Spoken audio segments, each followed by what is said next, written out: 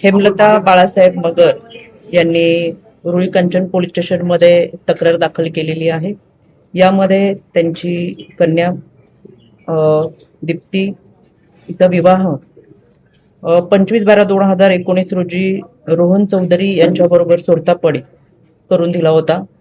लग्नानंतर 1 वर्ष व्यवस्थित तिला नांदवत 1 वर्षानंतर माहेरवरून पैसे आणावे, त्याचबरोबर व्यवसायासाठी पार्टनरशिपमध्ये घ्यावं आणि पहिली मुलगीच झाली या सगळ्या कारणावरून सातत्याने तिला मानसिक आणि शारीरिक त्रास दिला।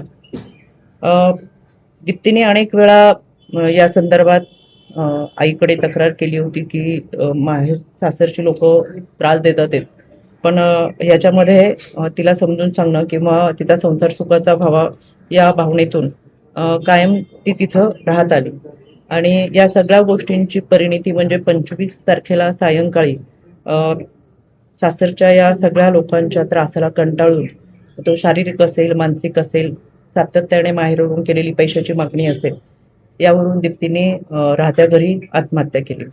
खरं तर ज्यावेळेस मला ही घटना समजली, निलेशजी मगर आहे, दीपकजी मगर आहेत, हे सातत्याने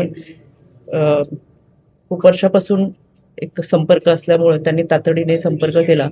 त्यावेळेस DYSP तडस यांच्याशी मी फोनवरून संपर्क करून यामधले जे 4ही आरोपी होते म्हणजे सासू, सासरा, दीर आणि नवरा हे 4ही फरार होते। त्यामुळे मगर कुटुंबियांची एक मागणी होती की आम्ही जोपर्यंत आरोपी सापडत नाही तोपर्यंत अंत्यविधी करणार नाही।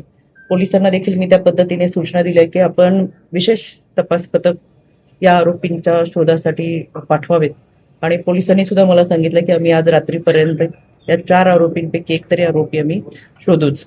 आणि त्यापैकी त्यांनी काल रात्री म्हणजे तो पती आणि सासू यांना अटक केली। त्यांना 31 तारखेपर्यंतची PC लागू झालेली आहे। अजून 2 आरोपी फरार आहेत, पण ते आज उद्या 2 दिवसामध्ये निश्चितपणाने विशेष पथकाच्या माध्यमातून सोडून पडू। दुसरी गोष्ट, आज या ठिकाणी मी मगर कुटुंबियांची भेट घ्यायला आले, यामध्ये आमची मेडिकल टीम सुद्धा उपस्थित राहिलेली आहे, त्यांनाही आवर्जून यासाठी बोलवलं। खऱ्या अर्थानं PCPNDT ऍक्टच्या प्रोसेसनुसार गर्भनिधन चाचणी करणं कायद्याने गुन्हा आहे आणि तरी सुद्धा पहिली मुलगी आहे म्हणून दुसऱ्यांदा प्रेग्नेन्सी राहिल्यानंतर 5 महिन्यानंतर तिचं ॲबॉर्शन केलं जातं। तर हे ॲबॉर्शन कोणत्या हॉस्पिटलमध्ये झालं, कोणत्या क्लिनिकमध्ये झालं, कोणत्या डॉक्टरांच्या थ्रू झालं, यामध्ये कोणत्या डॉक्टरांची लिंक आहे, याची तातडीने कारवाई करायच्या सूचना ह्या पोलीस असतील आणि मेडिकल विभाग त्या सगळ्यांना दिलेली आहे। यामध्ये आमचा जिल्हा महिला बालविकास विभाग सुद्धा आहे। खऱ्या अर्थानं समाजाची मानसिकता बदलण्यासाठी आपण सातत्याने प्रयत्न करतो की मुलीच्या जन्माचं स्वागत व्हावं, पण केवळ मुलगी आहे म्हणून तिचा छळ करणं, अशा सगळ्या अतिशय अमानवी कृत्य या चौधरी परिवाराने दीप्तीसोबत केलेले आहेत। त्याच्यामुळे यामध्ये जो गुन्हे दाखल झालेले आहेत, उरुळी कंचन पोलीस स्टेशनमध्ये BNS अंतर्गत 80, 108, 85, 89, 352, 351, 3, 115, 2 आणि 3-5 अन्वये गुन्हा दाखल करण्यात आलेला आहे। या सगळ्या गुन्ह्यांच्या अंतर्गत आरोपींना अगदी शेवटच्या शिक्षेपर्यंत घेऊन जाण्याची कारवाई करण्यात येईल। यामध्ये राज्य महिला आयोग स्वतः लक्ष घालत आहे। त्याचबरोबर एक जनजागृती मोठ्या प्रमाणात आजही समाजामध्ये होणं फार गरजेचं आहे।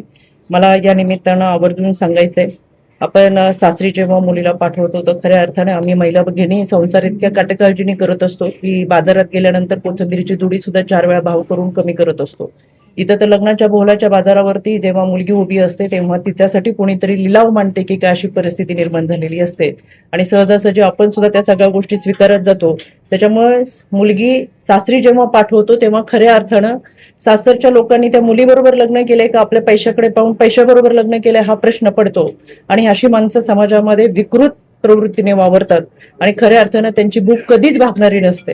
म्हणून मला या निमित्तानं माझ्या तमाम महिला भगिनींना आव्हान करायचंय की बाईपणाची लढाई आपण सगळेजण लढलोय, पण भारतरत्न डॉक्टर बाबासाहेब आंबेडकरांनी तुम्हाला आणि मला संविधानाची घटना, कलम, कायदा यासाठी दिलाय की तू माणूस म्हणून जग। आणि म्हणून आता आईपणाच्या लढाईमध्ये आम्ही खऱ्या अर्थानं सगळ्यांनी पुढे येऊन सासरी नांदणाऱ्या प्रत्येक मुलीला आवर्जून सांगितलं पाहिजे की तू जर सासरी नांदत असेल, तुला त्रास होत असेल तर माहेरचे दरवाजे तुझ्यासाठी कायम उघडे, तू कधी ये, तुझ्या लढ्यासाठी आम्ही समर्थन करू। आणि म्हणून तिच्याबरोबर उभी राहण्याची खऱ्या अर्थानं वेळ आहे